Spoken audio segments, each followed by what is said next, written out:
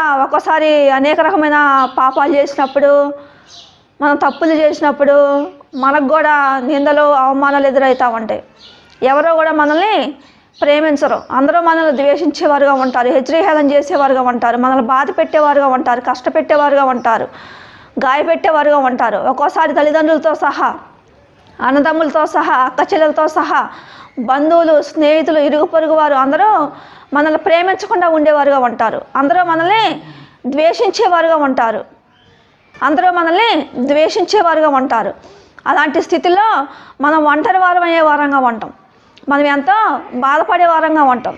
ఆ స్థితిలో ఎవరో మనల్ని ఓదార్చకపోతే, అలాంటి పరిస్థితిలో ఎవరో కూడా మనల్ని ప్రేమించకపోతే, అలాంటి పరిస్థితిలో మనం ఒంటరి వారం అయితే ఏడ్చే వారంగా ఉంటాం, కన్నీరుగా వచ్చే వారంగా ఉంటాం, దుఃఖించే వారంగా ఉంటాం.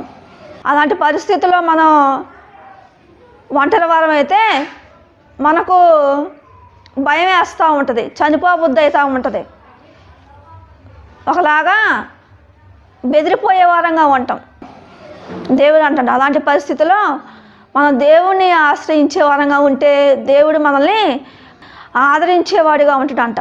మనకున్న బాధలు, మనకున్న కష్టాలు, మనకున్న ఇరుకులు, ఇబ్బందులు దేవునికి చెప్పుకునే వారంగా ఉండాలి అని